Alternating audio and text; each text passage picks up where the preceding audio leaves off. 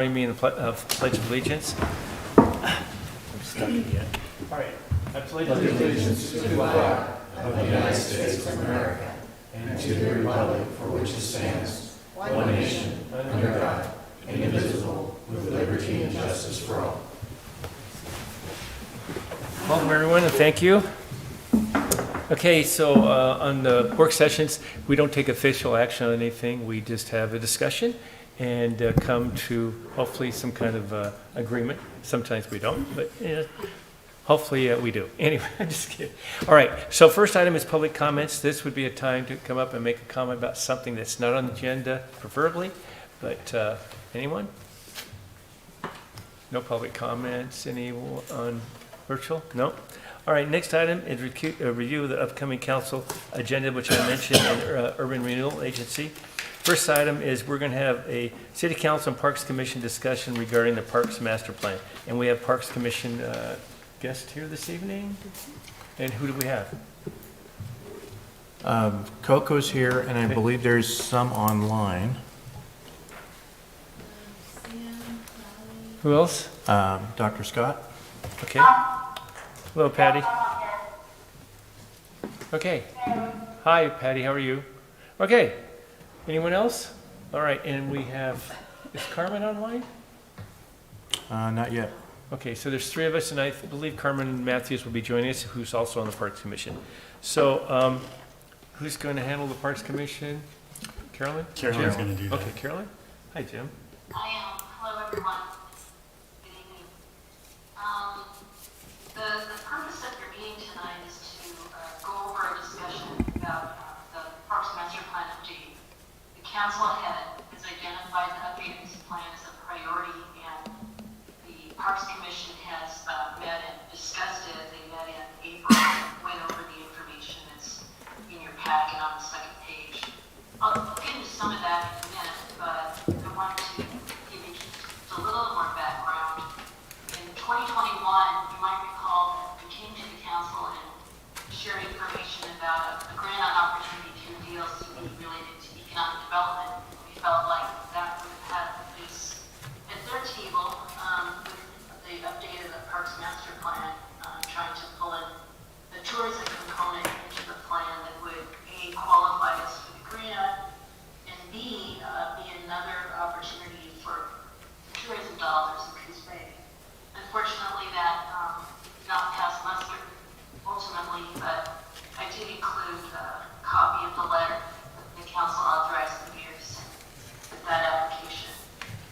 And I think that it fairly succinctly identifies how important it is that we get this Parks Master Plan done. But the commission talked about that a little bit and had a consensus that that was a good idea to include that. Next slide, please.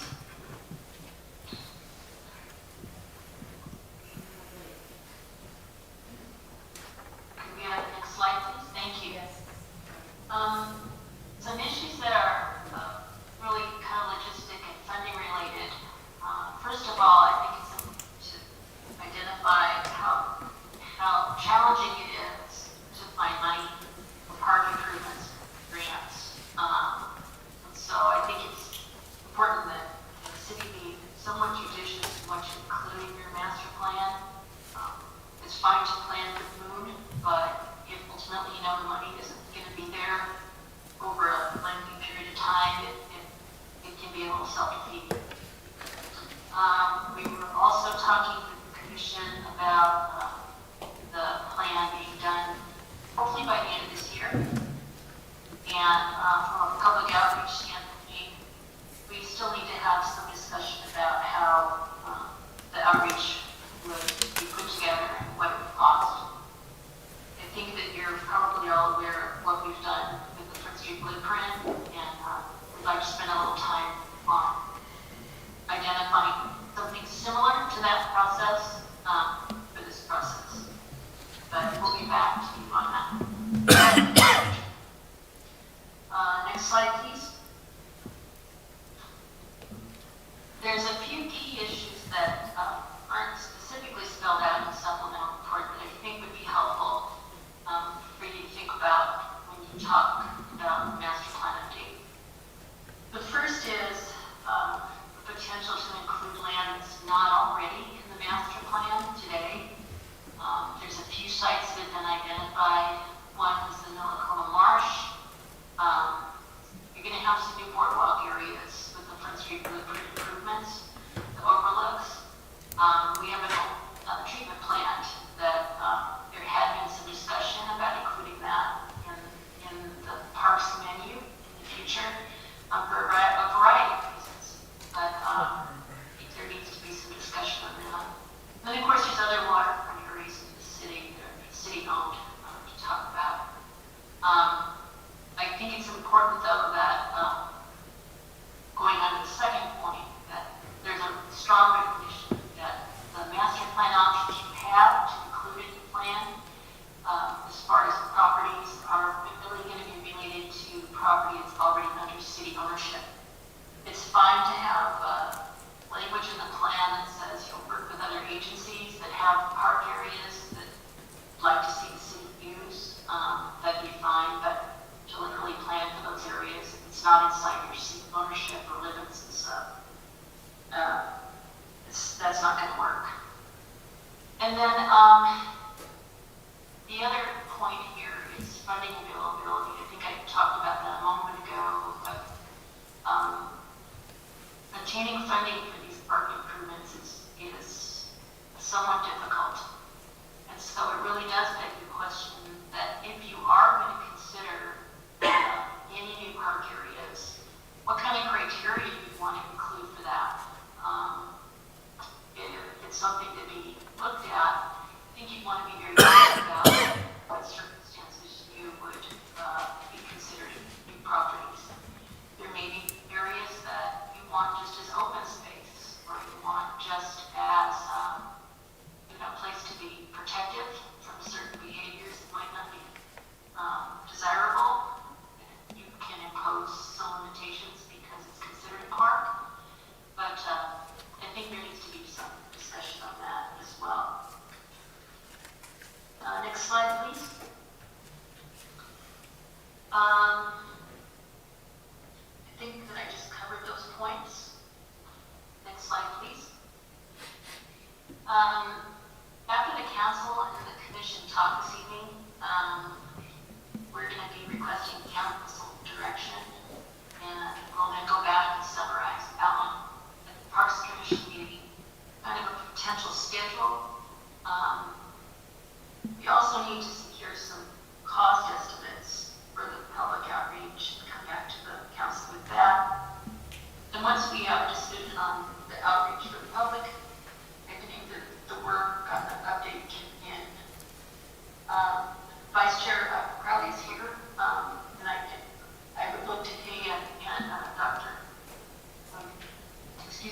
To provide any input as well as the other commissioners that are here. And with that, I'm just available for questions, and I'm here to listen to your discussion. Thank you. Okay, so, I'm going to include the Parks Commissioners that are here. Please chime in. So, where do you want to start? Do you think that we should definitely, maybe we frame it, stick with the property the city owns and the existing parks, instead of trying to expand on something that we don't have at this time? I guess there's two different things. So we all agree that it should be city-owned property to begin with? Yes. I just pull down the mic a little bit. Thanks, Coco. I'm Coco Sutton, and I had looked over the subsequent master plans, including the one we have. And then on my time here listening to input from the public, I would like to see us, since we're talking about a 10-year span, focus on the properties that we already have in ownership. Okay. And the degradation that's in some of them, and then perhaps looking at updating matrices and branding on these parks and what they're going to do in the future. Okay. Thank you. Yeah. Patty, are you agreeing with this ownership that we have, sticking with the ownership we have? Yeah, I think sticking with what we have, because we struggle right now to maintain them, but I also think we should be mindful of what is out there and how we can expand. Okay. Council? Stephanie? Lucinda? I agree with what's already been said. Okay. I as well. I mean, you see a lot more funding coming through for recreational activities and possibly down the road, maybe something will be available to enhance some of these things. But I mean, we have trouble maintaining, and I think Coco summed it up perfectly, you know.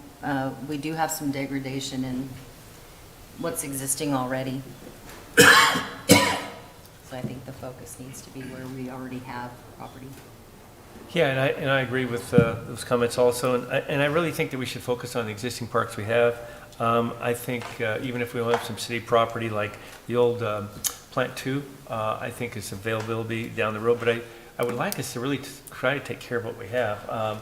You know, at one time, we were going to get a grant for Mingus Park, and we were not able to, and I think because of that, and not having any grants there, you know, we've had, just like this last week, and I got a text from someone showing me a picture of Mingus Park and it flooded again in the school ground areas. You know, as they said, this is embarrassing, and I agree. I wish there's a way to do that. So I think that we need to take, even if we take small bites on these type of operations and funding, I think we need to do it. It needs to be dredged.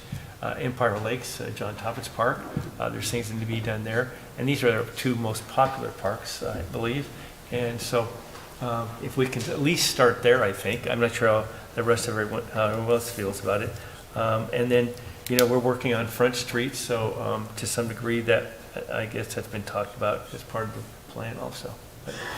But that can be handled with some urban renewal stuff. But again, you know, it becomes the maintenance part of it. If we go out and do this, besides the infrastructure, the upfront cost, it's the maintenance that's going to be ongoing, that's going to be difficult, as I think Nicole, our finance director, can tell us. Well, excuse me, Assistant City Manager, and Melissa, our finance director, can both tell us.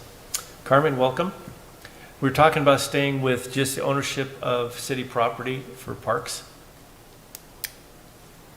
We were all in unison. Yeah, go ahead and speak on this a little bit. And I see Sam Crowley, our vice chair, also has his hand. Oh. Okay. Sam, I'm sorry. Yeah, so for me, I think we need to focus on the assets that we already currently have. There is some expansion potential, but the funding is really a big issue. And I've been trying to find a good time to bring this up. I think we need to develop a new revenue stream for the parks. And I had an example that I heard of recently. I have no idea how it would be taken or what the interest would be in this, but my friend lives in the city of Hood River, and they have a parks fee for all building permits, and it's a pretty substantial one. It depends on what it is that you focus on. I guess it would be similar to a system development charge. Yep. But I feel like if people are coming into this town, building houses here, setting roofs, they should potentially have a bit of skin in the game when it comes to our shared assets. I'm not positive how everybody approaches this, but it's something that I'm interested in. Really want to find a way to help finance the parks, the development of those, and of course the maintenance. Parks are on a pretty tight budget. I know there's plenty of things that need budget.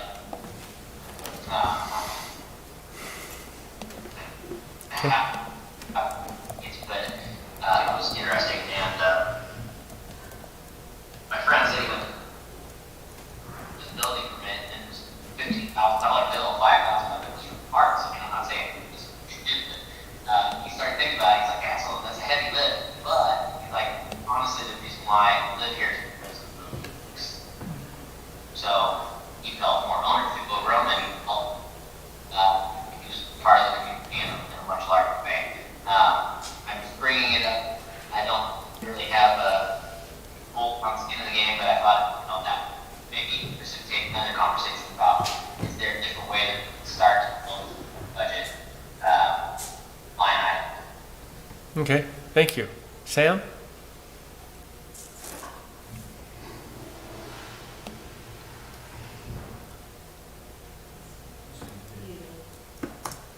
See Can't muted? hear you, Sam.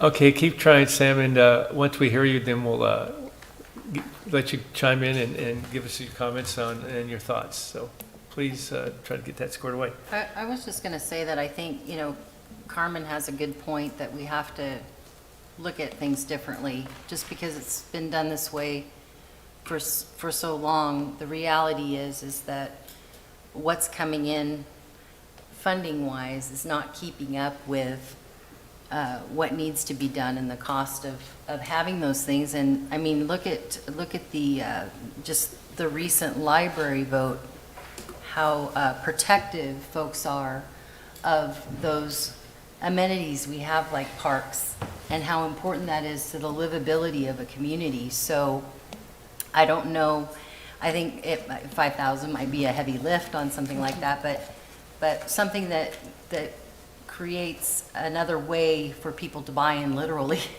to helping support the things that we have here that make it a cool place to live.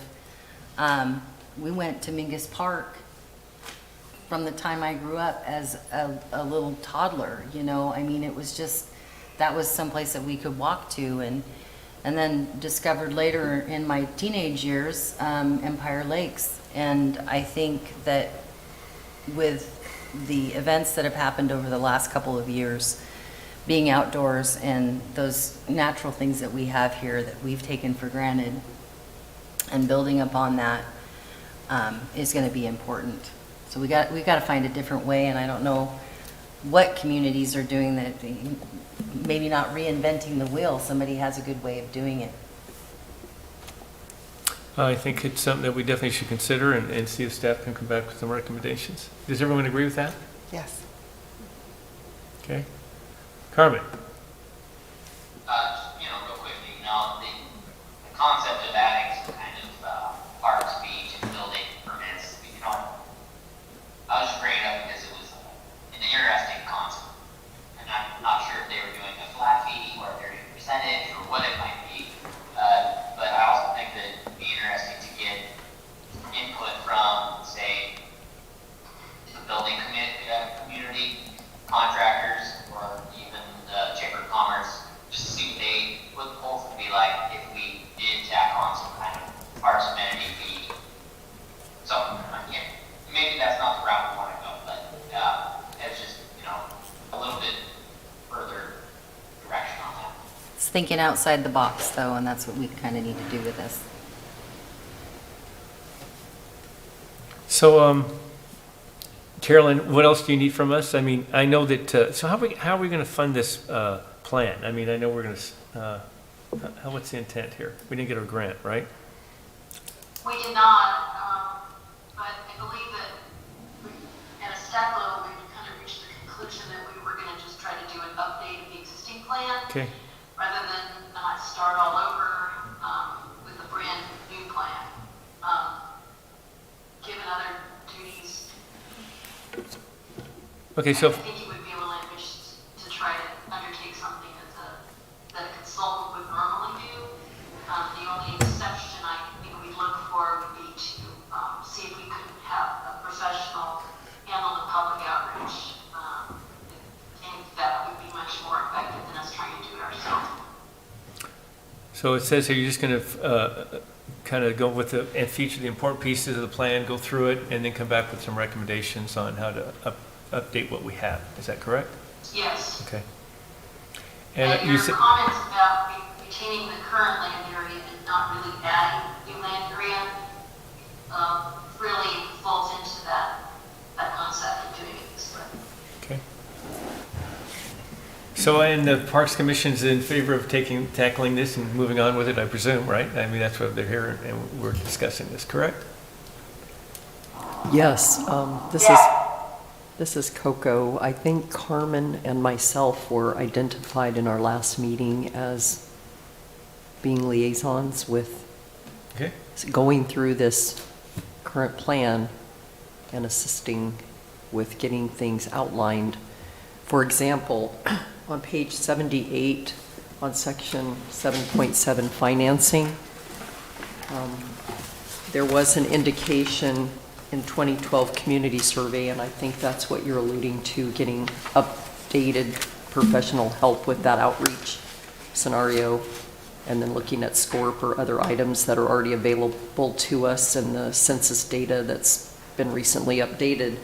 But there was a note there about considering tax support to fund some of the community's park and recreation priorities. I wasn't here at that time, so I don't know, in looking at this, if that's something that we're going to be tackling, is what was addressed and what was not addressed in these sections for the financing piece. Is that correct? I think that could be included. The reality is I would include a piece to consider other financing options to finance ongoing operations. As far as new amenities, I think that's a different funding source. No. It this is does- for existing. It does reference SDCs in there, but under state law, SDCs can only be used to add capacity. It can't really be used to undertake maintenance.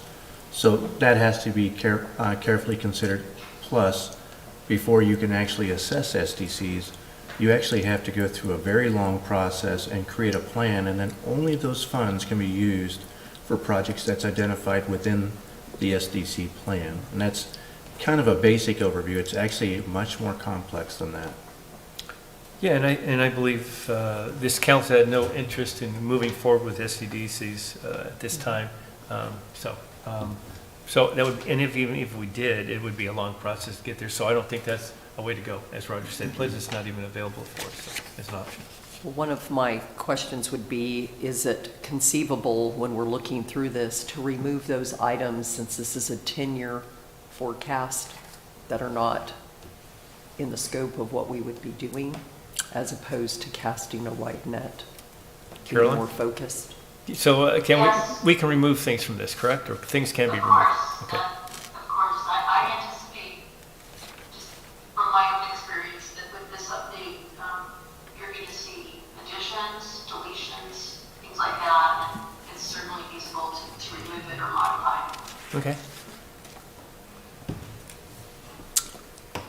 I would think the greatest value that we could get out of a plan update is really to update what are the needs, prioritize them, and then try and put together a rough action plan.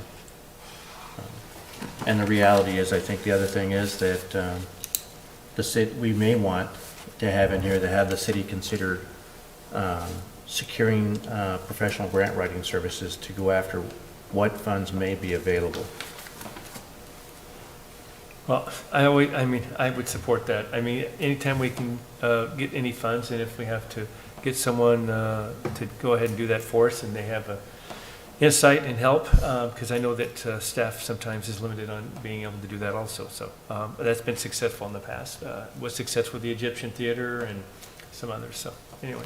Well, look at what's happened over in North Bend just in the past year with grants, what they were able to do. But again, you know, it may be better to seek those services because staff is pretty busy. Yeah. I have a meeting set up on a topic with a local provider. Good. All right, so Carmen, if I understood Coco, you and her will be the forefront on this reviewing the plan. Is that correct? Okay. So after they get done, then I'm sure the Parks Commission will review it. Then it'll come back to the council, and then we'll give our input. Is that how it's going to work? And then go back to the commission again? And then, or we have a joint meeting, or how do you want to do that? It'll probably, I think, probably a joint meeting, and then that'll give direction for the rest, for the Parks Commission and staff to come and put something together for consideration of final adoption. Okay. So let me ask you this. If the council looks this over and we see something in here that we feel needs attention, or we have an idea about, do we get a hold of Coco or Carmen and say, hey, this is a concern, individually, not collectively? I think what we probably could do is to direct it to both Greg and Carolyn, and then they will share it with liaisons and the Parks Commission. Okay. All righty. Okay, anything else for discussion on this to get it moving forward? I think it's a pretty good plan, and I appreciate, once I thank you to Coco and Carmen for tackling this and taking it on, and the rest of the Park Commission wanting to do this also. So my thank you. Sam, are you able to make any comments yet? No? Okay, well, Sam, I'm hoping to hear from you, and I'm sure that you can get a hold of Carmen or Coco, either one. And if you want, feel free to reach out to myself also. All right? Okay, I want to thank you again for coming and appreciate it. And I think at another time that you feel it's necessary to get a joint meeting together, maybe just to touch base, I know that the council will be glad to do that. So thanks. Thank you. Uh-huh.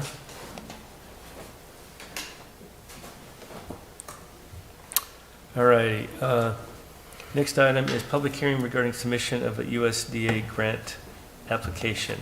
We're not going to have a public hearing on this. We'll just get some information. Am I correct? Or is there anyone in the public?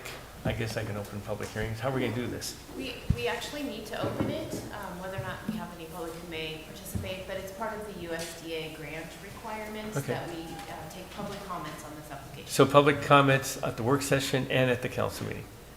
We actually just advertised it for this meeting. Oh, itself. okay, great, So- okay. All right, so Mark, you want to go ahead and give us an update before we open the public hearing, please? Sure. So about a year and a half, in an internal needs assessment, the fire department staff identified that the replacement of rescue equipment, hydraulic tools, also known as the jaws of life, was one of our higher priorities. The replacement of those tools is about $35,000 to $40,000. And so we started looking at some alternative funding opportunities. The USDA grant that we looked at it's a 35% grant match. So the city would have to come up with 65%, whereas USDA comes up with the other 35. But they also include other real acquisitions as part of our match. We were already in the process of replacing a vehicle, so we partnered that along with another grant that we received from the Oregon Fire Marshal's Office for Wildland Urban Interface firefighting equipment to come up with our 65% match. We ordered the fire truck last August and received it about 2 weeks ago. The wildland firefighting equipment has been purchased and provided by the state through that grant. The last step of this process is the USDA grant, and actually I mentioned that they're about $35,000 to $40,000 for the equipment. We actually want to upgrade to, if we're successful with this grant, we want to upgrade to battery-powered equipment, which would eliminate the need for a pump and hoses, making them much more mobile and able to handle more modern steel frame vehicles. So this hearing is part of that USDA grant application, and our application is pending, and we should know fairly soon, and we're hopeful. Okay, thank you. Any council comments or questions for Mark before I open the public hearing? Chief, sorry, can you, the battery, I didn't understand that. Would you explain that a little bit more for me in layman's terms? Sure. So I don't have a PowerPoint presentation for you, but our existing tools require a hydraulic pump. Okay.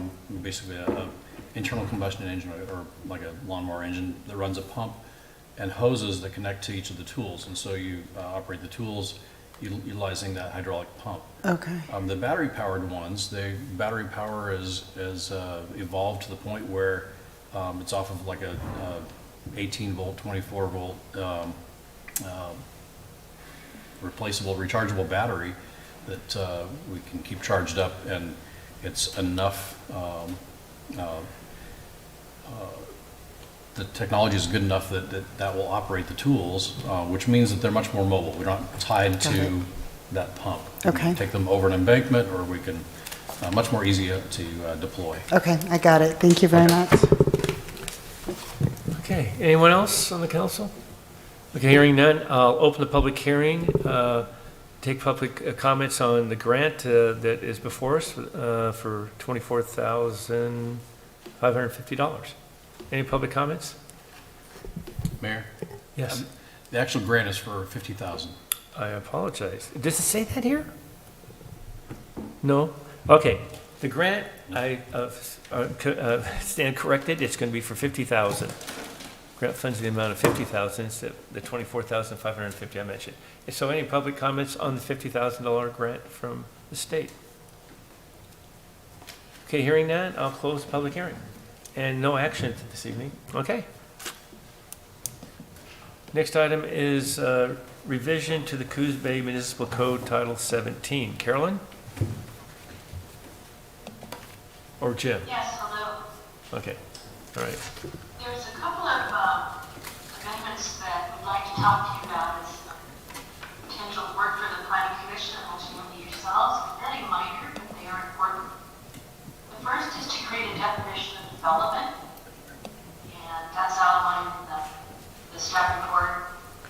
And the second is to modify the land use standards table in the medium density residential zone to remove the cap on the maximum lot size. And this is something that we overlooked when we did our update last year. With the current standard, the way it is, if someone has, say, a 50,000 square foot lot and wants to develop multifamily units, they would be forced to subdivide the land into 7,500 square foot lots, then do development, which clearly is not the intent that we had envisioned. It would make the process a lot more cumbersome. Given the council's priorities to really move forward with trying to provide housing in the city and create tools that are easy for people, this amendment really felt like a no-brainer for us. So we're recommending that you have a brief conversation about that, and we'd like to suggest that you direct the planning commission to take a look at these amendments and then forward a recommendation to you for some action. So council, any questions on this? I mean, I think it makes sense as far as I can see, the description and comments that Carolyn gave us. Agreed. Agree. Carmen?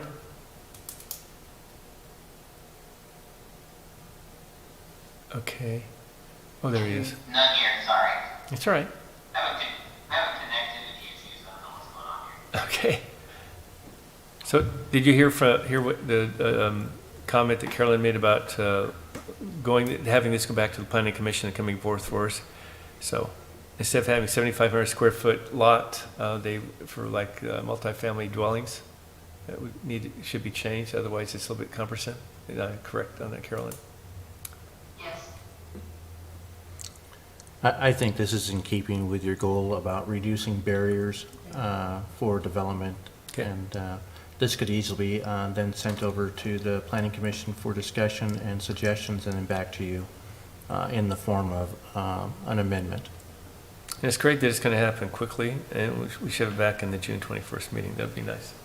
All right. That being discussed, we'll move on. Summer Fall 2022 capital projects, operation and engineering. Are you handling this, Jim? Oh, well, Greg and Stefan are going to handle this. They're going to, Because there's so many items on here. yes. All right. Welcome. Hello. Well, I'll just start at the top. The operations and engineering divisions are planning 19 capital improvement projects for the summer and fall of 2022. The purpose of this presentation is to inform council of upcoming projects in which staff will present at future council meetings for consideration of award of contracts. There's no action requested at this time.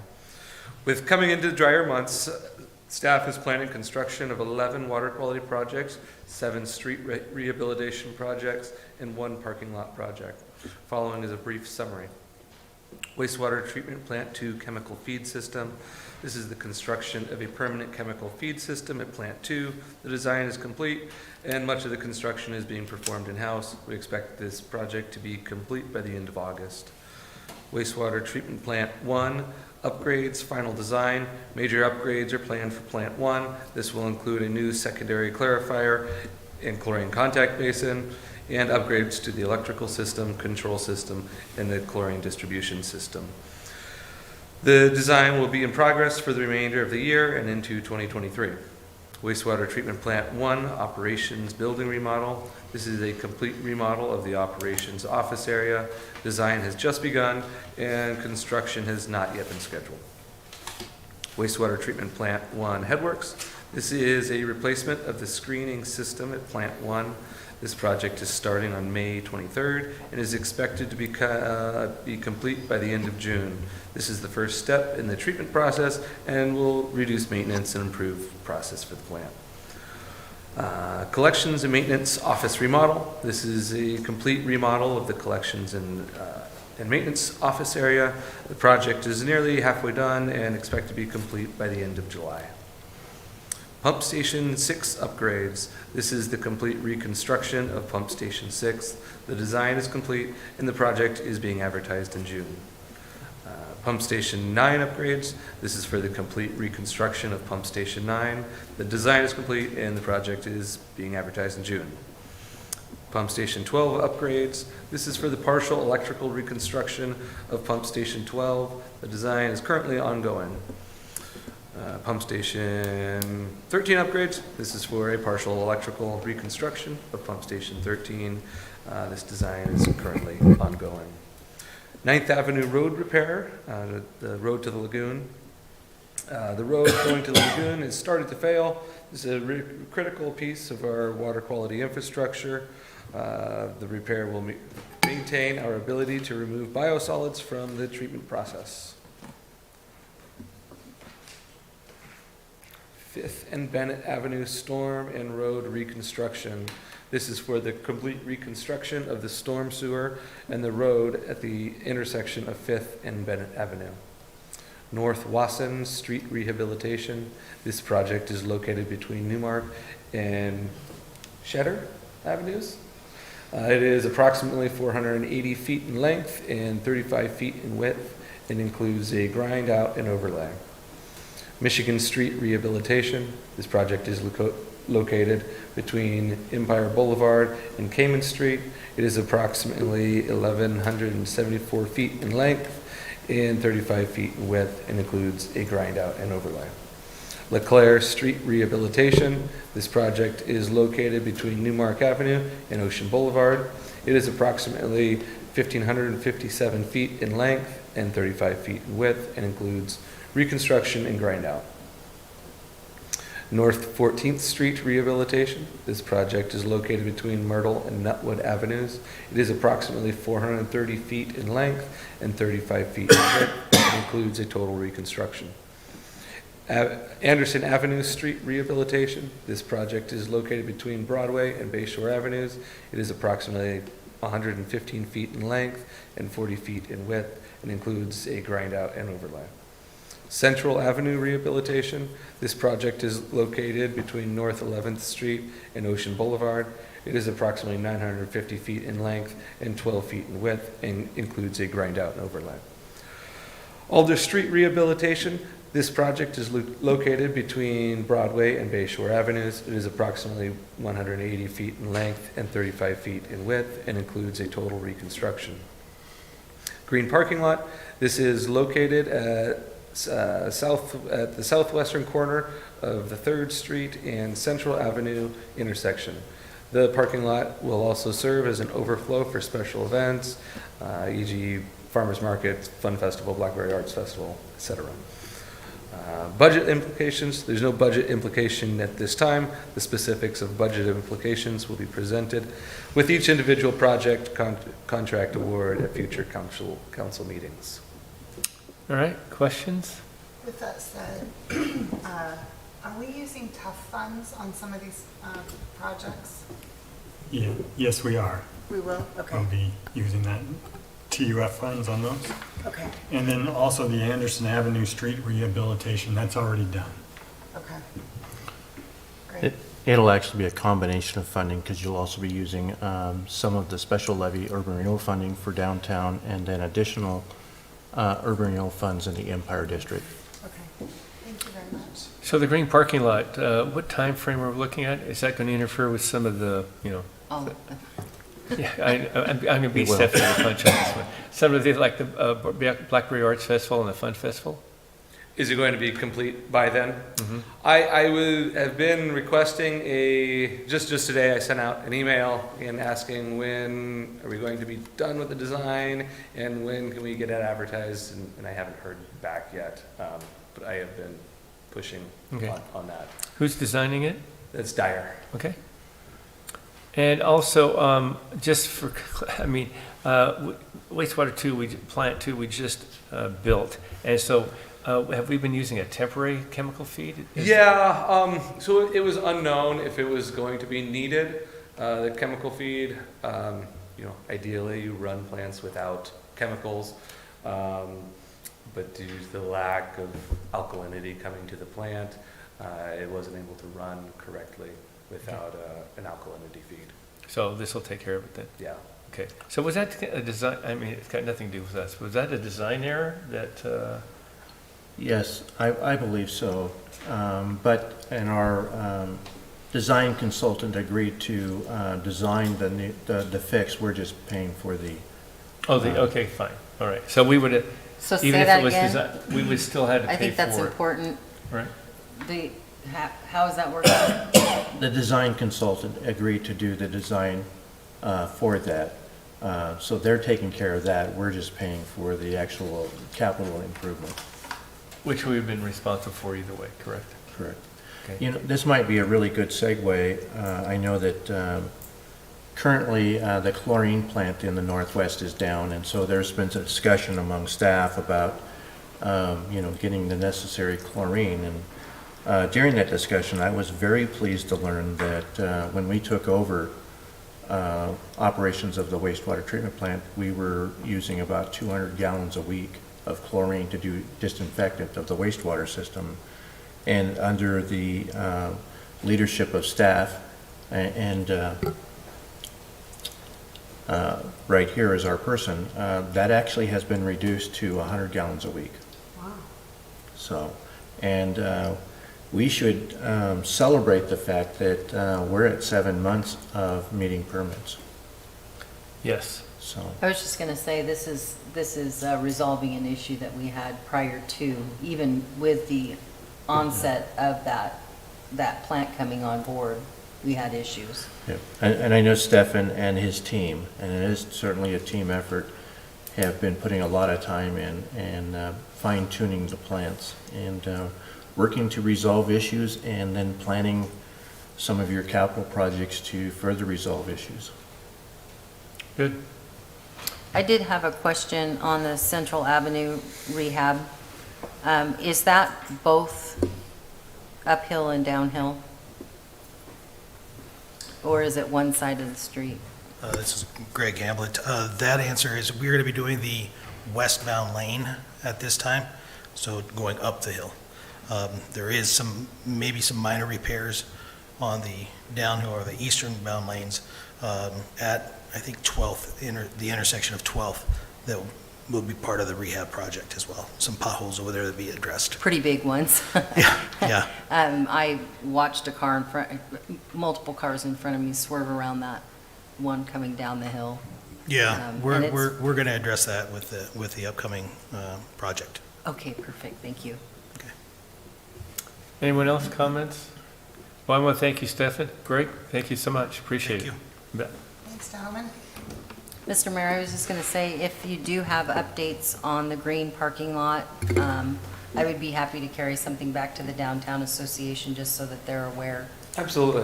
if you can provide an update.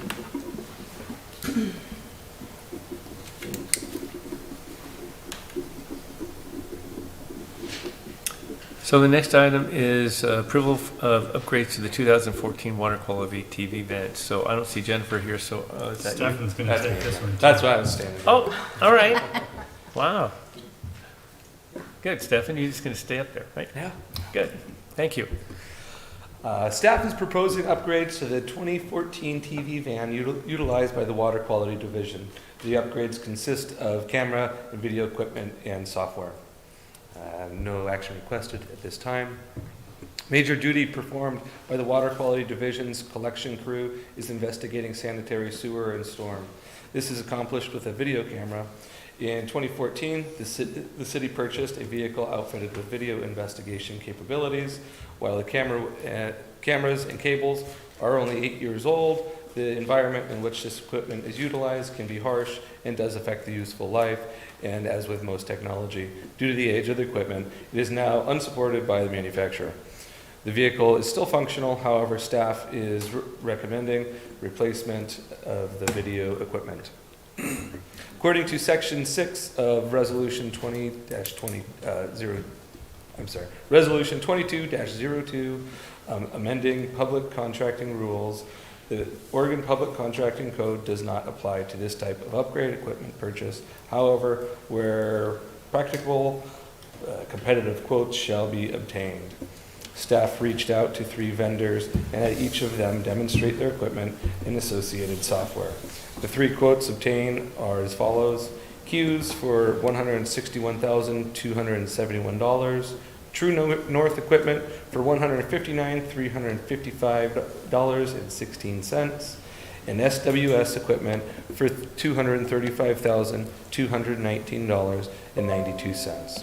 While it was hard to compare 3 quotes due to different technology, components, and software options, staff's preferred vendor was Coos. In looking at the quotes, it was not the lowest price. However, the Coos software did not have a limit on the number of licenses that could be utilized on desktops and tablets, whereas the True North equipment was only for 1 license, and any additional licenses would cost $5,747.50 each. It is anticipated that at least 3 additional licenses would be needed, which would cause the quote from True North equipment to exceed the Coos quote. Purchasing this equipment allows the collection crew to continue investigating and archiving the recording of this sewer system, which helps identify deficiencies needing corrective action. And a couple other things that wasn't included in here that I thought were worth sharing. As far as that, well, I'll back up a little bit. I know for me that price was kind of surprising. It seems like a lot of money. It is a lot of money for a camera, but it is a lot more than just a camera. Sound like a salesman. So 50% of that cost is just the hardware, the cables, the reels, the camera, everything that it takes to send a camera down sewer lines and storm lines. 35% is a software specialized to record that. And then beyond that, it manages our overall asset, all of the sewer lines and storm lines that are out there, helps us record and track where the issues are for future planning. And then 15% of that is additional add-ons for more specialized instances. Yeah, I think that was all I was going to add on to it. Is it your expectation that we'll have to replace this every 8 years? No, I think when this was purchased, it was in a transitional sort of period technologically. And I guess, I can't speak to the future of technology, but this was, it was decided this time to go with the older type of technology instead of coming out and starting on the newer technology.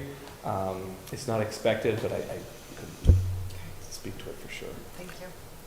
So Stefan, on the software, I know that we've had problems with software, like in the police department, and they become to a point where newer software comes out. Are they going to allow us to upgrade this software, or we would have to buy new software? Or if we have to buy new software, we're going to have to buy new equipment too? Yeah, so this is sticking with the company, and the thing that happens with a lot of these companies is that they change, they get bought out by other companies, unfortunately. And so, again, it's hard to speak to, the future. But I'd probably expect that is what's going to happen. I know there's other software, it's nice that they just have been going for 30 years and it's the same one. But historically, it seems like that's the nature of this. So you don't have a crystal ball? What's that? You don't have a crystal ball? Yeah. Okay, all right. I get it. I just was wondering. So. No, I mean, like I said, unfortunately, I think that probably is the future, is that it will change. Okay. That happens a lot in the gaming industry. There's lots Well, of things it that happened at the sunset. airport, so I mean, and it happened at police department, so I think it just happens, so unfortunately, it does. How often are these used? Crazy. I wouldn't say quite daily, but a lot. Certainly weekly. And that was something I was making some notes about as far as the value of it. It is used a lot, and then it's a really big portion of the work that we plan. So we plan millions of dollars worth of work based on the information that we get from this equipment. So I really think there is a huge amount of value to having good televising equipment. Thank you. Any other questions for Steph? Carmen? Thank you. Thank you. Next item, funding request for the Coos History Museum. Roger, you handling this? I am. And we also have Marcia Hart, the Executive Director from the Coos History Museum, online. Hi, Marcia. Embedded in the council's goals and within last year's budget was expansion of the walkway, waterfront walkway. We are fortunate with the development of Coos Bay Village to realize a large extension to the waterfront walkway that is in a area of public easement. And in addition, we were looking at, well, how could we now connect that to Front Street, especially giving the council's interest in making sure that we continue to develop or redevelop Front Street and make it more of a contributing part of our economy. We have been discussing with the Coos History Museum about extending or connecting the walkway to Coos Bay Village's walkway. There's been some work between Marcia and the developer for Coos History Museum to give them bids and build a very similar walkway so it looks, in essence, seamless as it transitions from their development through their property and actually to the southern edge of their property. I think what you'll find here, within here, the cost to do that is going to be approximately $250,000. That is the amount that was budgeted in this current budget. And in the letter of request, which is attached, it actually delineates how long that boardwalk is, how wide it is, the fact that it also includes an ADA ramp. I believe there's a set of stairs, and then there's stainless steel railing that will match the History Museum's and now Coos Bay Village's railing on that. Roger, if we approve this, how quickly will this be done? That would be really important to me that we get this done quickly. Marcia, I think that is a question for you. Good question. I've been working with Daniel with Coos Bay Village, and as soon as we have the funding secured, his people are ready to start working on the project. So our belief is it could be completed by fall. Okay. If we got the funding in a very timely manner. Thank you, Marcia. So, and I will say for cost-wise, there's a deliberate method to the request for a grant. We are doing this because we want to alleviate the cost for prevailing wage. We're providing a grant to the Coos History Museum, and it will be the Coos History Museum that goes through the procurement process and works directly with the contractor. And these are urban renewal dollars, I assume? That is correct. So Marcia, as we've discussed, and you were involved in some of the meetings on Front Street, and one of the discussions after that meeting, we talked about that piece of property that was just south, that abuts Sauce Brothers property, and Mr. Sauce had agreed to allow us some access to his property to build a walkway, and I talked to you about this piece of property, and at that time we also talked about a kayak launch, and I think that we're not heading down that path. I'm not going to say it's not going to happen because I'm not sure. It's up to the agency and the council to make that decision. But all that being said, I talked about the possibility of us taking that piece of property over from the museum, because that walkway that we're going to be giving you the grant for would also tie in, and we would want to tie that walkway there. Otherwise, you talked about the walkway going down the plaza and you losing some availability to the plaza. I would like the city to have that piece of property, not just for the walkway, but also for future development of the waterfront or Front Street. We could utilize it for, visibility from parking, and it needs to be cleaned up and it needs some attention. I would hate to have that just be a linchpin that we don't have a connecting way to get there. And so my reasoning is, would the museum be interested in allow us to have that piece of property so we can continue with the development on Front Street? I'm going to say that we'll be open to a variety of different options. One of the things that we've also talked about is, since it sounds like the expense of maintenance of a kayak launch might be outside of our ability to handle, we're also been in discussions with some of our tribal partners about taking that piece of land and having that a possible native plant area or something that's involved with research and development. We've also been in contact with the U.S. Coast Guard, have a lifeboat that was decommissioned, and they're willing to give to the museum as a possible, art point of tourist attraction or things. So there's a lot of different possibilities for that piece of land that we have there. So right now I'm going to say we're open. It's not completely dedicated for a kayak launch, and we would entertain discussion with the city.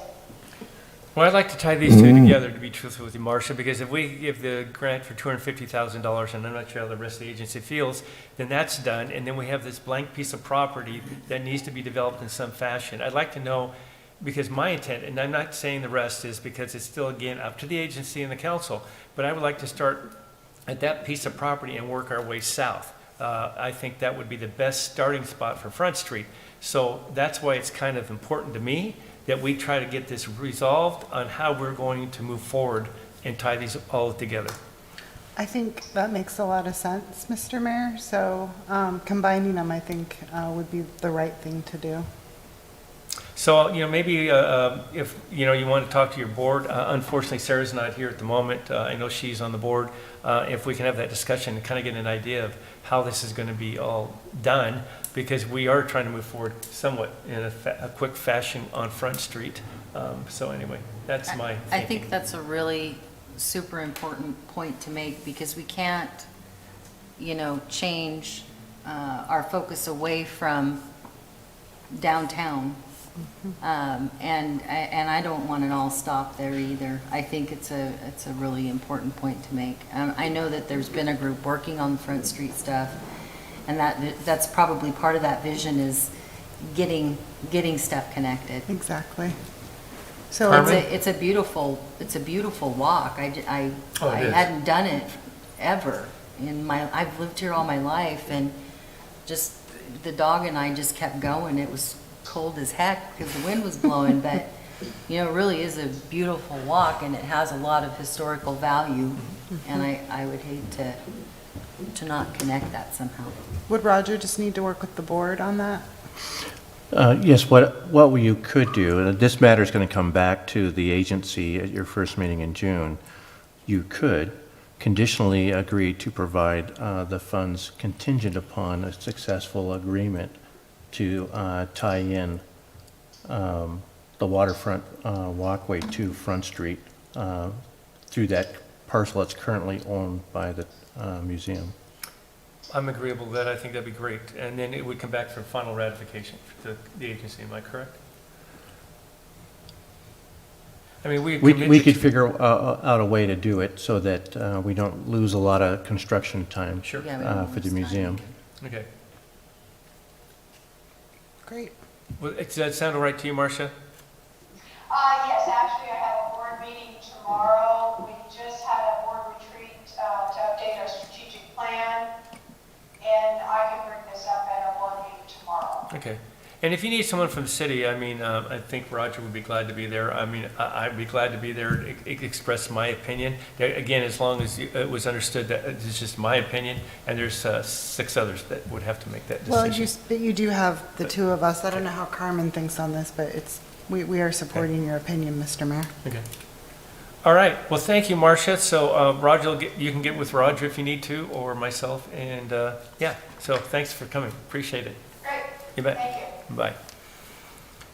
Okay, next item is approval of improvement program grant request for 127 Ingersoll Avenue, and I believe, who's going to start this off? we got Mayor, Carolyn. if I could we take these out of order? And we've got one of the property owners here. With Rick? With Yeah. Rick, and that way he wouldn't have to stay forever. Which one?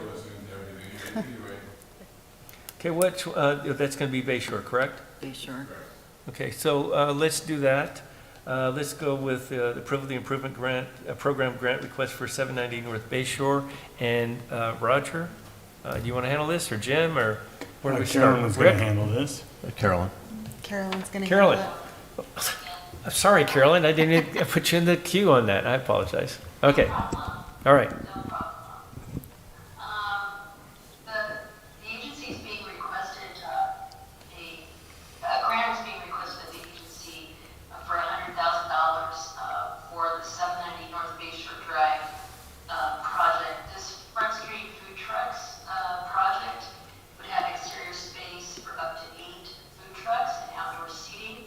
It'd be a permanent place for the trucks, along with improved paving on entrance apron, curb, and the sidewalk. It'd be installing power, water pedestals for each food truck, and also fencing and landscaping. A portion of the existing structure that abuts Front Street right now would provide for additional indoor seating. There are some interior improvements that would be needed that are outlined in the staff report and in the application. And this applicant has worked diligently to get multiple bids on this project, which is great. It's not easy to always get these bids. The lowest bid for each element of the project, if you add them together, is about $137,000 and change. And if, with the development of the project, they would meet all the building code standards for the improvements on the building itself, be paying for permits. They're asking for a $100,000 grant, which is 73% of the eligible expenses in this area for this particular project. The agency has the authority to authorize more than the standard 50%, and that's what's being asked at this time. I would like to note that this particular business plan is very much in sync with the Front Street Blueprint, and it would certainly be an asset to the area. So with that, I will sit back, listen to your discussion. Well, go ahead. Roger had a comment. I do. So, this, I was a little worried, given the ratio of funding towards project, and I did go down and I had a discussion with Rick today about that, and I was quick to learn that this does not encompass the entire project, and actually, I think since this has been submitted, and there are additional costs that are not listed on here, but Rick, if I'm incorrect, your total project cost is closer to $250,000. Sure, please come up. No, it's fine.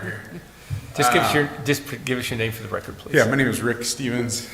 I'm the owner of the property down there, which we're hoping is going to be 775 Front Street, to incorporate into the Front Street area.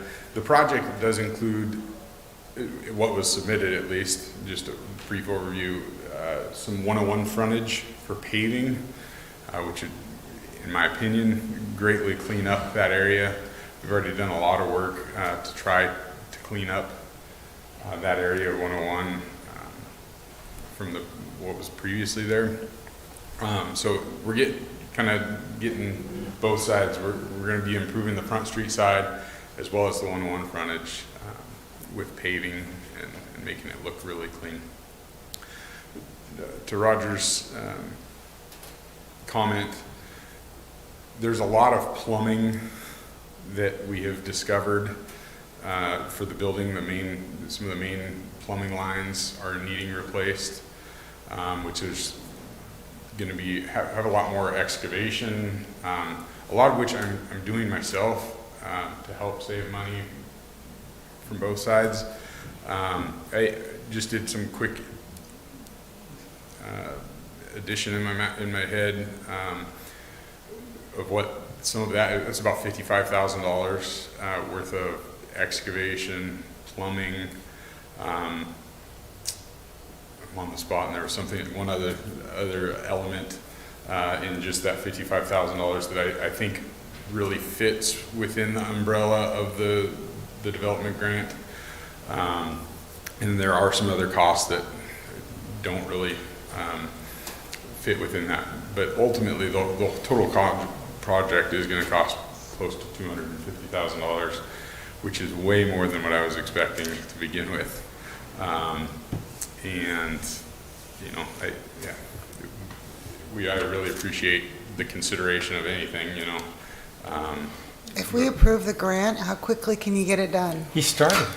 Huh? He started. Yeah, well, I'm ripping up the concrete right now. I mean, literally this last weekend. He's got a backhoe, and he's tearing it up. I'm working as hard as I can. Somebody had mentioned that it's been really hard to get quotes from contractors. It's also very hard right now to schedule contractors because of COVID and everything.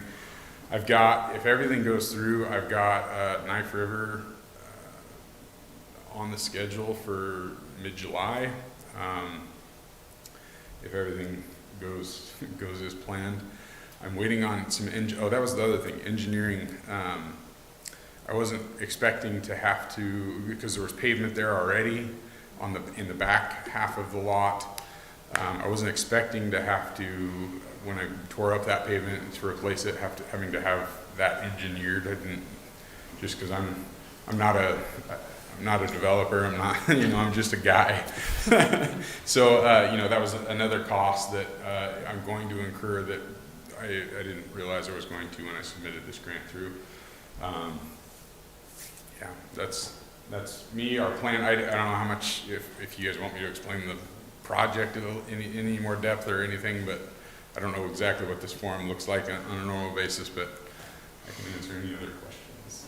No, I think it's great, Roger. My question to you is, I probably should know the answer to this. Would these funds come out of the next budget cycle or this budget cycle? It would actually come out of this budget cycle, and if it's not expended during this budget cycle, we would include it into next year's budget cycle. And we have plenty of funds.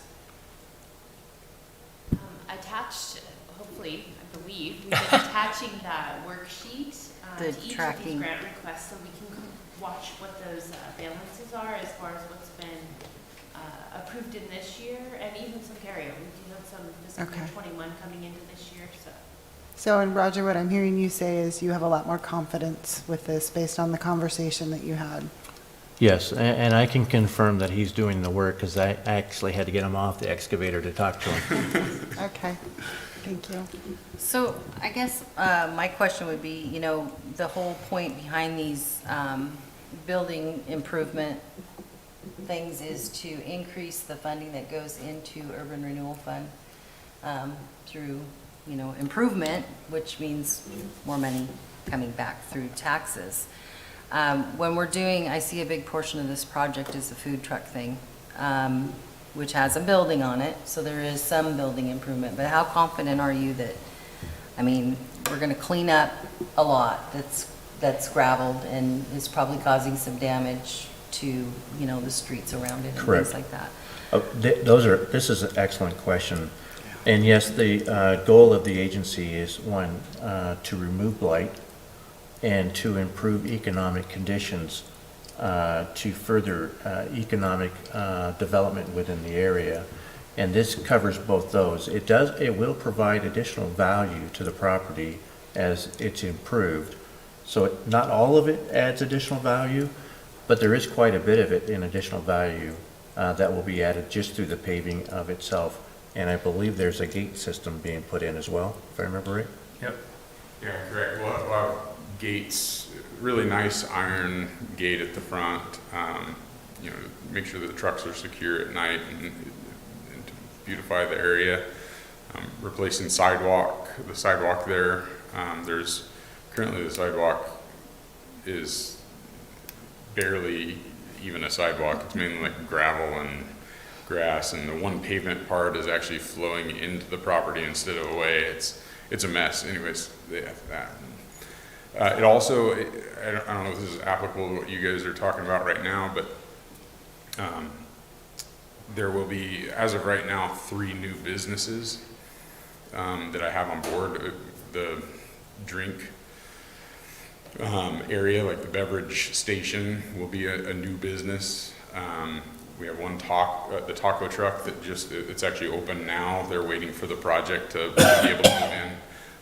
That's a new business. And we have one more truck that is in the works that will be an additional new business, as well as lots of employees that will be for all of those businesses that will be generated.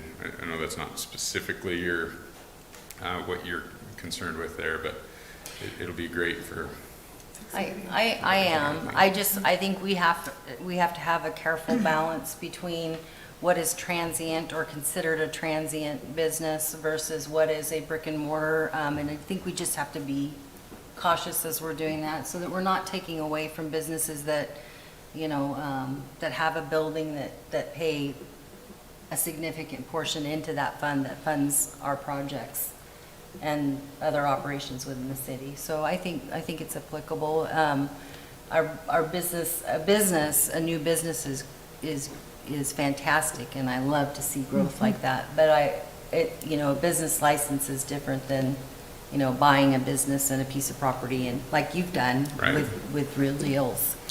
I think you made a great point, Stephanie. I appreciate Carolyn's comments as well, though, that this really ties in with that whole blueprint plan, and so what a great amenity to be able to have on Front Street. Well, and I think it's a cool vision to, again, I said it earlier, because we've always done it a certain way doesn't mean that we can't. Right. And you see that future, and you and your wife and your family has done a lot to improve that area and change that look down there. Thank you. One of the main purposes or reasons why we bought the building was because we weren't happy with the look. Yeah. It cost us a ton of money to buy the building, and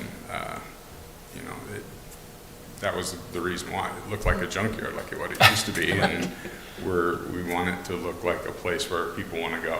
Well, and it's definitely made an improvement in that area, for sure. So with the garage door going up, that's where the beverage area is going to be, is inside that building, am I correct? Yeah. Okay. Yep, so there'll be indoor seating in there. We'll have outdoor seating as well. So it'll be able to be used year-round. It won't be weather-dependent. It's one thing, a lot of the food trucks currently have to sometimes close when there's bad weather, and this will give them the opportunity to still remain in business. Very cool. Well, thank you for your vision. Carmen, you have any questions or comments? I would just say that I really appreciate Stephanie's comments. I think it was good to think about this and just ask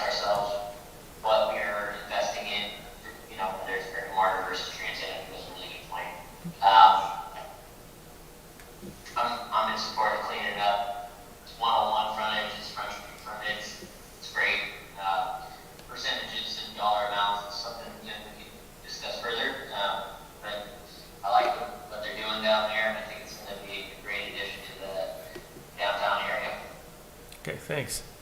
And I think that Roger clarified that, it's really not 73%. If Rick went back and re-established this grant and put in the other components to this, it probably would be close to 50%. So, which would be what we've done in the past. And we have done 70% before too. Doesn't mean that we're limited to it.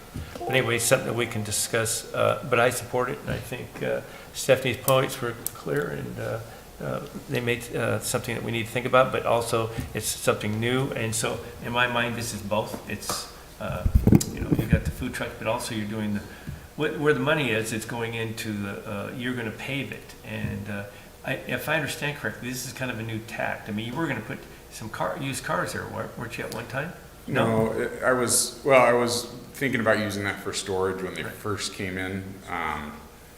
But ultimately, this is better for everything. All around, It's- right, it's- yeah. Who wants cars sitting there, Other than, I just think this will be an awesome attraction. No, I think it's, I agree with you. I think it's good, and you're doing it right. And I've seen things like this similar up in the Portland area, and and it's done correctly, not just on a gravel lot, which you could do, but you're asking this to be done a little bit differently.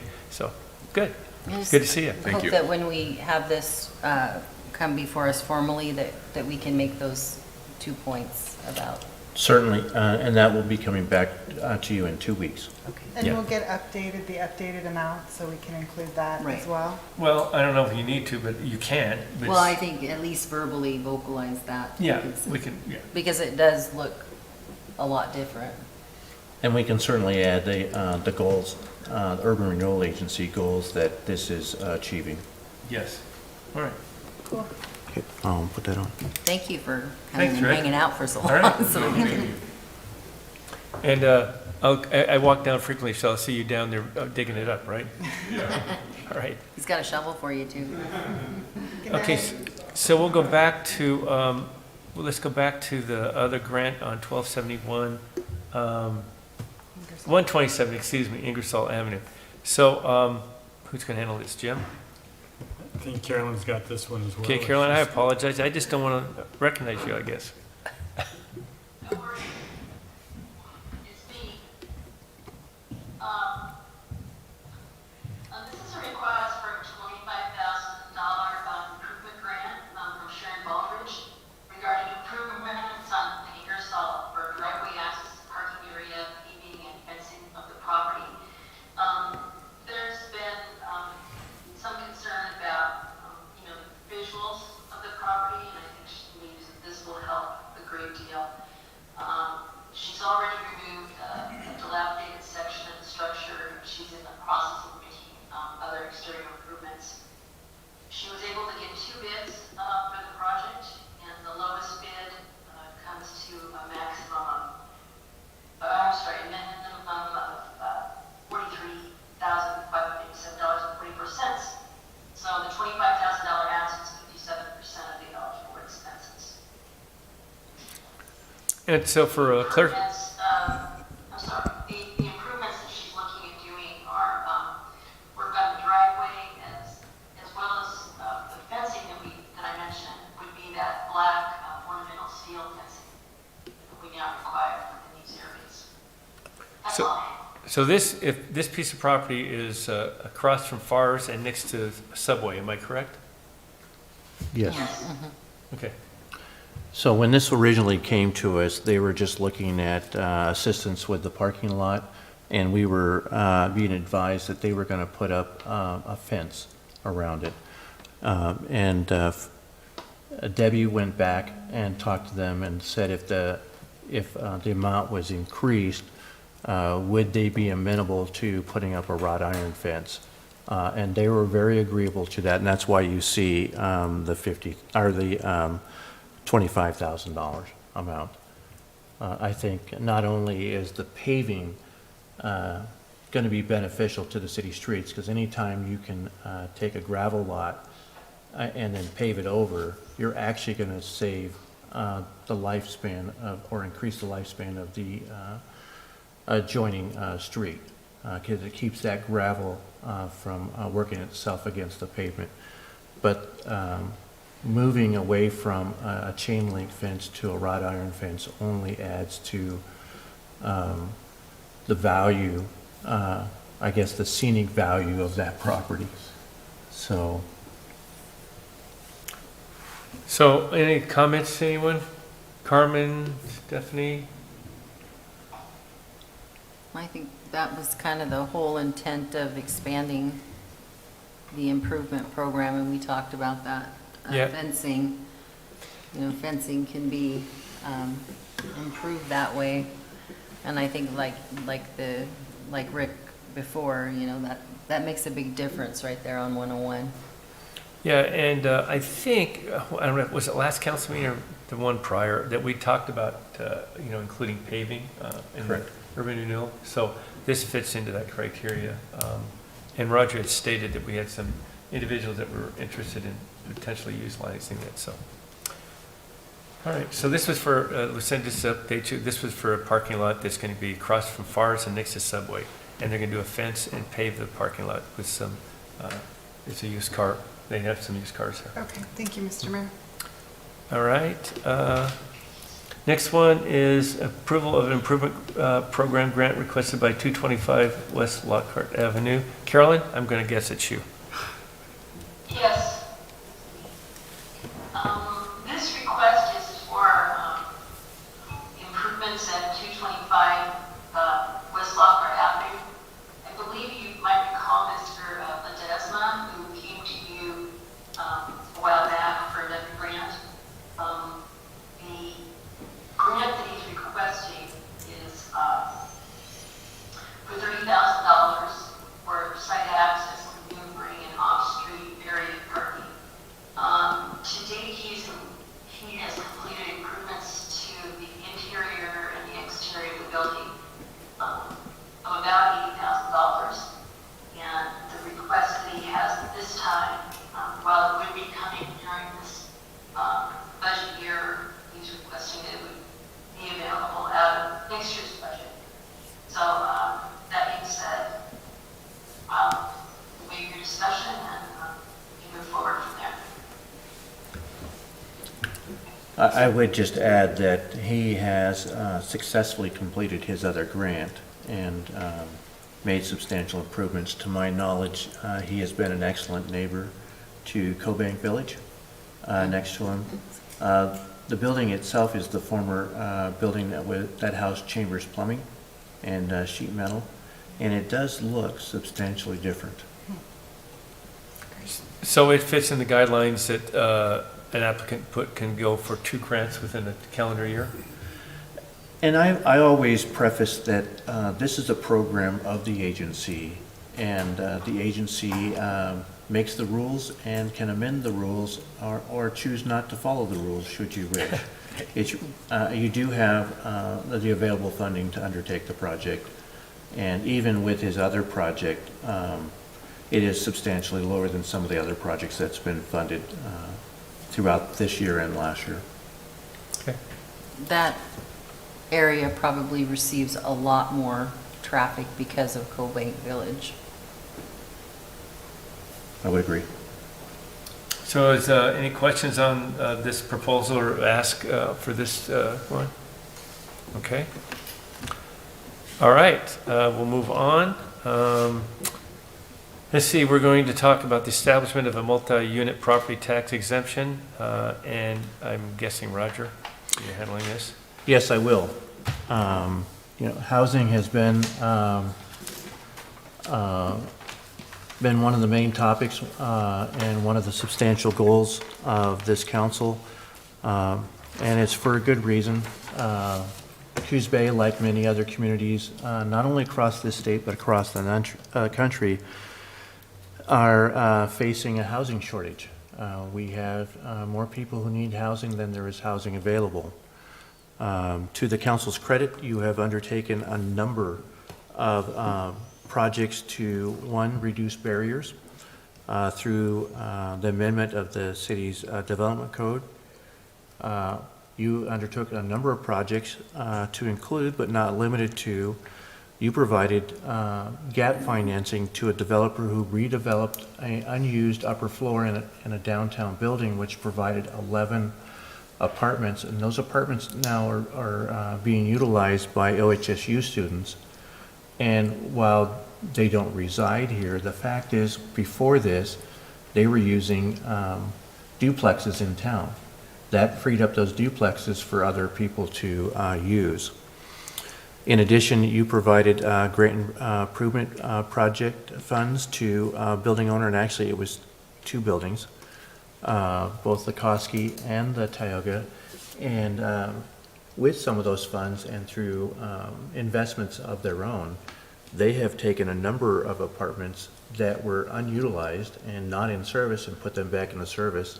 In addition, they took some very blighted apartments in the Koski building and fixed those up and made those actually livable units. In addition, you incentivized another developer through the donation of land on which a 9-plex set of 3-bedroom apartments were built. In addition, you've entered an agreement with the county and expended a large amount of money to clean up a blighted former school that was heavily contaminated due to a previous fire. And through an agreement with the county, that property now will be turned over to a nonprofit for the building of a housing complex, and I believe it's going to be 40 to 50 units, which is a huge win. In addition, we're working on a development agreement with Timber Cove to participate in some needed sewer improvements to allow for the 400-unit home subdivision that is planned to go there. And the land use approvals have already been completed, where I think we're just at the tail end of a development agreement to which we'll be bringing back to you. In addition, there were other projects going on in the city. Those are all good news. But at the same point in time, it has to be stated that there's been a lot of changing in the house market. Part of that, and I'll say that it's unintended consequences of the state trying to do the right thing and put in rent controls and eviction rules. But for some landlords, that's made it a little more difficult and not met with their desires to stay in the rental markets. Some of those rental units have been sold and are now permanent housing, or some of those units have been turned into short-term rentals. Unfortunately, COVID rental restrictions or eviction restrictions only compounded the issue because some property owners needed to make ends meet as well. So there is, in my opinion, even less rental housing than there was before, and simple economics tell us that supply and demand can have a great effect on price. One of the things that a number of communities are using around the state, and it's a state-sponsored and allowed program, is called a multi-unit property tax exemption program. In essence, what it does is it provides up to a 10-year property tax exemption if a developer will build multi-units. And in most cases, it's 3 units or more. In one case, it's 5 units. And I believe that's going to be Eugene. But if they'll build multi-units and meet some specifications required by the state, and then provide something from a list of possible public benefit criteria, they can be allowed a 10-year property exemption. I look at this as an investment in the future. Currently, our community needs housing. If we can incentivize someone and they build something, even if we forego taxes for 10 years, in 10 years, not only will we have the housing, but then we'll have the revenue that comes off it, which for us helps us pay for the services our citizens need. To do nothing, you will probably have the same bare parcels of land 10 years from now, and it'll only be contributing what it contributes now. Property tax on the undeveloped property. This is really, in my mind, a wise investment into something that our citizens actually need, and that's housing. Increase the supply of rental housing, which most multi-units will be rental. and you could ease the pressure on the supply and demand issue. As to, well, does this work? As I said, there are a number of cities that use it, to include Salem, Florence, Cottage Grove, Newport, and Eugene. And currently, Bend is looking at implementing this as well, although they're on a little slower pace than we are. They've been looking at it for now 3 years. So they're taking their time. Do we know why? Well, I think they're looking at a multitude of different programs. We think it's bad here. It's much worse in Bend. Currently, the medium sales price for houses in Bend is at the $750,000 mark. That's incredible. Ours is lower. Ours is probably, and I don't know the exact number, but I'm going to guess ours is in the $300,000 range. Of the ones done, each one is a little customized to their cities. Where Salem is looking at just added multifamily or multi-units in their downtown core. Eugene is somewhat similar, but Eugene is very complex and has a multitude of requirements. I shared with you that one of their employees has shared that it's too complex for them to manage, and it's so complex that they get very few applicants that want to go through it. It's more work than it's worth. When I spoke to Newport City Manager today, and they've had theirs since 2017, he had to confess that I probably knew more about their program than he did, because it is complex, and because it's complex and there are some requirements to have low-income housing as part of the mix, that they've only had one application since its inception, and they've only completed one project. If you look at that and compare to Cottage Grove and Florence, Cottage Grove put theirs in, and I want to say theirs went in 2019. Theirs, according to their city manager, has a low barrier. It doesn't require a percentage of low income. And he said they did that on purpose, one, because he knew that if he had the requirements of Eugene or Newport, he would have to add staff for compliance. And it's not funded. Secondly, he didn't want to create a barrier. He shared with me that they hadn't had a multi-unit development more than 3 triplex or better in more than 20 years, and now they have completed over 80, and they have a number of other projects on the books in the planning and permitting stages now. Probably more astonishing is what's happening in Florence. Florence just adopted theirs earlier this year, and according to their economic development person, I spoke to her, Sarah, this morning, they have approved already 2 projects in excess of 80 units, and they have a number of developers, small developers, that are looking for infill projects, not those large 40, 50 units, but 3 units to 4 units on infill properties, which would be beneficial to us as well. Roger, does Florence have the criteria of the low-income housing in? They do not, but they do have an additional requirement, such as Cottage Grove has a menu of what they consider public benefits, and someone has to choose one of those items to include in their project. Florence asked for 3 on theirs. Florence did tell me that they did request a pro forma, basically to say, without this property tax exemption, the project wouldn't be feasible and probably wouldn't be built. I know Sarah told me that that's a little more difficult than they thought it would be to get, because it requires assistance from the Lane County tax assessor, and they don't have the capacity to help the developers out with that. But I have talked with a well-known accounting person who believes that an organization's CPA could certainly help with that and provide some information. Thank you. The one requirement that we don't get to craft and we don't get to exempt is the fact that under state law, a program is allowed, but it has to be within a quarter mile of an established bus route. I was hoping that because, we're certainly not Portland or a larger city, and we don't have lane transit district running through, that we would be able to use dial-a-ride and then thereby include the entire city. But two things, dial-a-ride's not available for everyone.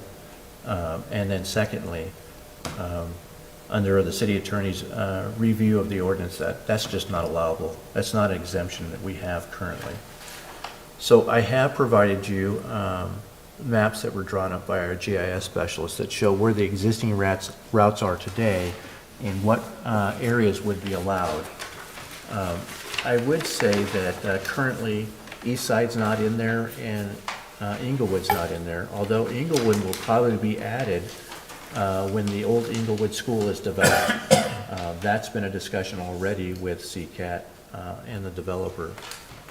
In addition, I think there are ways to get, if we needed a parcel put in, to negotiate with CCAT so that they can at least do a loop in the nearby area so that that would be included. It almost seems like the state needs to revisit that because they're creating a problem on already a problem by I agree. limiting that. Well, for rural areas especially. Yeah. Well, and I think that, we'll be discussing in the coming months about bringing back on our lobbyist as we go to look to the legislature to assist us with a funding request for the library. This is one of those things that we can ask our lobbyists to lobby on our behalf to make an amendment to this rule. Moving forward, if this is something that is appealing to the council, there's a couple different ways to go. One, the council certainly has the authority to approve an ordinance to enact such a MUPTI program to abate property taxes that would go to the city. If we wanted to look at a more substantial incentive, similar to what the other cities have done, we would need to go through a public process and get support from 51% of the it's not the taxing districts by themselves, but it's those that levy 51% of the taxes.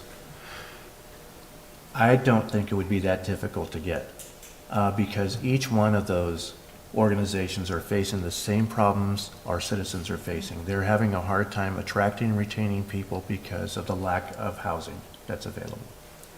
I know our schools are seeing that, and in essence, we would need the same organizations that we needed for the substantial amendment to the Urban Renewal Agency, and that would be Coos Bay School District, ESD, and Coos County.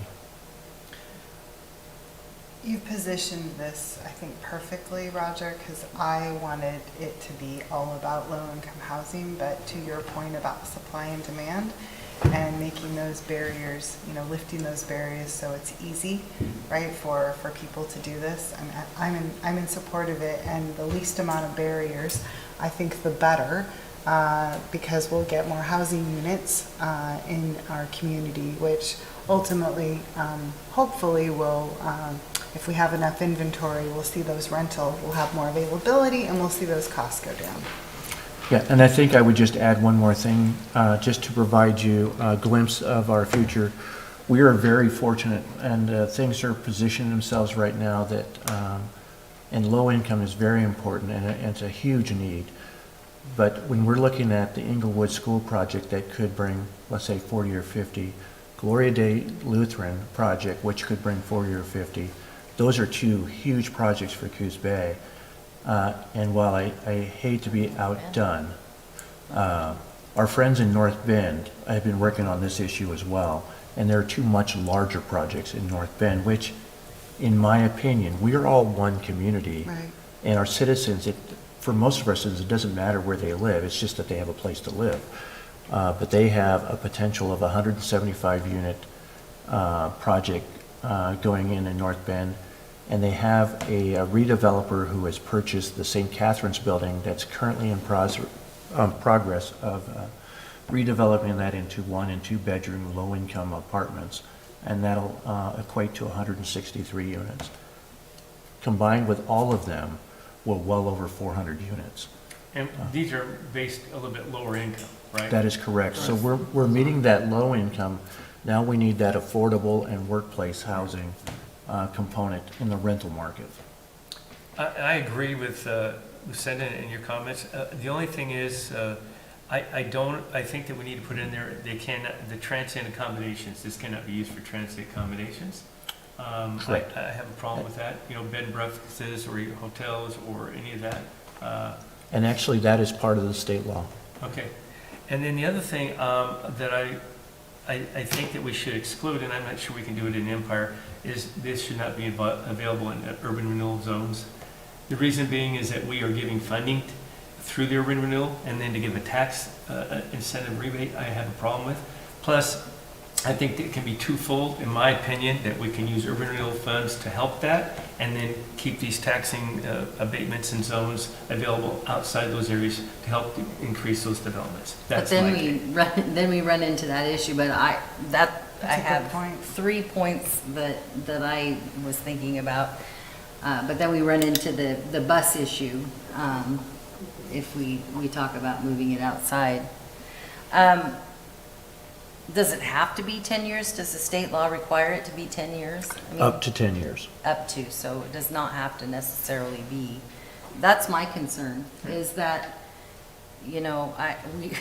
we were just talking about urban renewal funds and how those are being utilized. We just were talking about our parks and how we aren't keeping pace with what needs to be done, or even expanding that program. And I think it's really important in our community that we have those things, and then we're limiting through the MUPT program.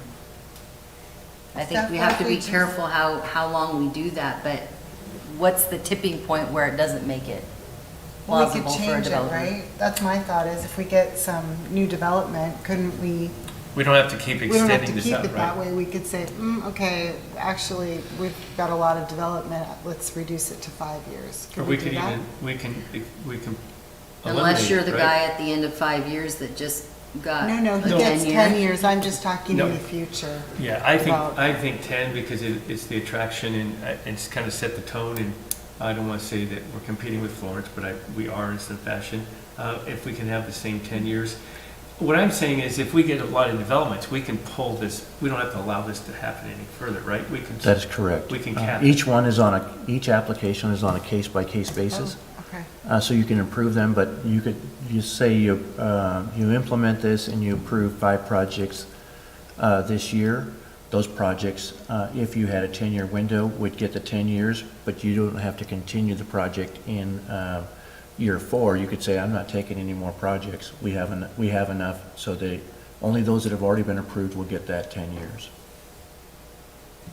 Okay, and this is probably a Carolyn question, but, we've been going through this housing needs analysis, and we were talking about the bus routes and things like that. Do we have capacity that's been identified through that analysis to make a significant impact with something like this program? I believe we do.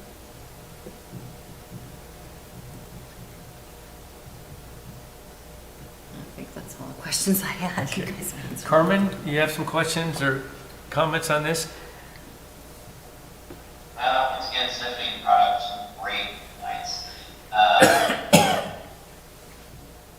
Yeah, this is a difficult one. I really want to see us incentivize construction of new housing. But how do we do this without giving away the farms? I think I just need more time to think on it a little bit. But I'm glad we're having these discussions. Yeah, and the other thing is We don't have to, I mean, they say threeplexes. These are multifamily only. These aren't single-family homes. The other thing we can say, I mean, I think it should be a fourplex, but maybe we should say they can be only sixplexes. I mean, there's some flexibility here. I mean, it depends on what we want to do. And the other thing is, I think it's important that I recognize that Drew and Sarah are not here. And in the past, when we've had these discussions, they had some concerns about addressing low-income housing or some kind of thing this would be tied to helping low-income housing. So I think that we need to make sure that we recognize that, and when this comes back up for discussion, that they have able to make sure they have input on this. So. If I might make a suggestion, staff could begin putting together a potential program, but bring it back at in the June work session for more discussion before we move farther along in the process and before we actually take something to the Planning Commission. You got us busy in June, Roger. Well, I think I would like more time. I didn't even have a chance to even look at this today. I would like to look and see what they're doing and know a little bit more. I just, I'm really big on incentivizing, but at the same time, I mean, the port just announced today that they executed the agreement with North Point Development, and that's, a construction timeline, a permitting timeline for 2 years, but in 3 years, if that's approved, we're talking about 2,000 to 3,000 people in our area for a period of time. Housing, is already, I see some of the units on the street where people are buying houses just sight unseen. Both houses on either side of me were bought sight unseen, and they're not people from inside this area. They're coming from other areas and they're retiring here. Well, So I think we have an issue already. It's getting bigger, and it's going to get bigger if some of this stuff happens. And it was my understanding that the port was working on a parcel of land to work on housing. Roger, do I have that correct? It's been a discussion. We haven't seen a lot of movement, although North Point actually does develop housing as well. Right, that's one of their arms. It was at least discussions early on that is something that they know that they have to mitigate some of the impacts, and that they would be willing to do some of that work. But they have actually developed subdivisions as well. Well, maybe it would be great to include the port in this conversation so that we could, to Stephanie's point, make sure that we're all moving in the same direction and get some assurances that when this project does come, that they're also addressing housing and they're taking care of those workers coming in, and we're addressing housing for the residents currently that live here. Do you think you could make that happen, Roger? Or the people that are just relocating because they just happen to visit the area. We're bringing tourists in, they're driving through, and they're saying, hey. I just think it would be a good topic of conversation so that we can make sure we're all moving in the same direction. Yeah, and I think by increasing the supply, it helps loosen up that demand, because what's happening that I've talked to, we see medical people moving in here and just buying a home that could have been used for an affordable home or a low-income house because they have no options. So what they do is they're forcing the low-income and those other ones nowhere else to go. So I mean, it's just bottlenecked up as far as I'm concerned, and we need to find a way to get it taken care of or help relieve it. And as you said, Stephanie, it's going to get worse. So anyway, Which is good. Well, it's good, but we still need to have, you need housing means for, that stuff is you need it happening. for all kinds of reasons. You need it for, the workforce. You need it for the people that are living here. You need it, right? So, I mean, I don't want to, Bandon is really running into a problem. I was talking to Julie Miller from TSOC. The average home price there is $536,000, and the average salary for the medium house, the average salary is $36,000. It doesn't work. If you'd asked me 5 years ago what my Zestimate would be on the house, I would have told you were absolutely crazy. But, you can see Bandon Dunes is building their own workforce housing. I mean, so we need to have places available for our employees and our workforce. Yeah. So Carmen, you all right? This comes back with some, that staff starts working on this and bring it back for another work session in June. Will that work for you? Yeah, that works for me. Okay. And Carmen, are you good with us working with the port to make sure that we're all moving in the same direction? I think that's a great idea. I hope the board would be interested in working with us on it. Great. So, just for, I mean, are we all right with urban renewal not being involved in this, or you just want that to be something we can discuss? It might be good to discuss it. do the overlay analysis to see what happens to the capacity that we have available if we have to move it, if we have to follow the state Okay. guidelines. I don't know if there's a way to do an overlay. Well, some of the, I think on the bus routes, I think if there's a demand or a housing project, I think that you'll find a route that'll be, that'll start expanding that way. I would hope, so. Well, yeah, they're hauling people, so. You're right. Maybe we'll get into, no, I'm kidding. I won't even say that. All right. Is there anything else to come before the work session tonight? Well, I thought this would go till 8, so I think we've done extremely well. Can I Wow, ask I one am question? impressed. Huh? May I ask one question? Nope. I'm Yes. going to. So we had some discussions a while back about some sort of master planning or strategic plan for Empire, and I had a conversation separately with Roger. Roger, is that something you could bring to a future council meeting for discussion? Do I need to make a recommendation? How do we want to proceed? Based on the council's own rules, elected official can ask to have something put on the agenda, and I'd be happy to entertain that and put that on.